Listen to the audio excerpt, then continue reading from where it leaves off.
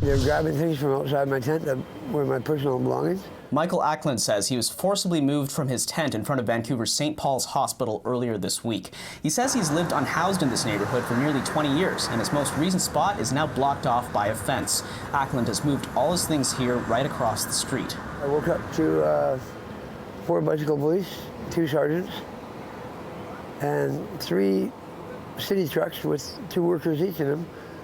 All of them had my tent surrounded. They didn't give me a reason. They just simply stated, you have 15 minutes to pack your stuff and get out of here, or we're taking all your stuff and throwing it in the trucks. We reached out to the Vancouver Police Department for more information, but they didn't get back to us before broadcast. In a statement, the City of Vancouver says that it didn't put up the blue fencing. As the city was not aware fencing was going up, there was no targeted outreach efforts prior. Right now, the city's working very, very hard to make unhoused people disappear. Not necessarily by putting them into housing, but just by making public spaces as hostile as possible through police harassment and through harassment by city workers as well. Ackland's situation is one of the latest examples of forced displacement of unhoused people in Vancouver.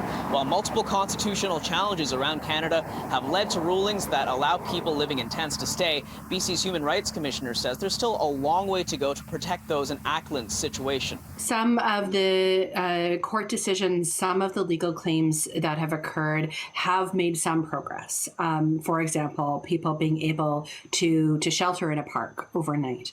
But they still haven't addressed the bigger picture of human rights issues for those who are living on our streets. People living in Vancouver's Crab Park won a court case against the Vancouver Park Board last year that made it the only legal place in the city to live in a tent.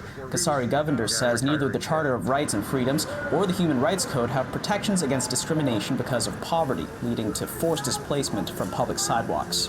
I think one of the ways forward is to continue to bring challenges like we've seen, constitutional challenges, human rights challenges to these issues. But it's being offered the right kind of housing, not a human rights case on Ackland's mind, and he's now connected with an outreach worker.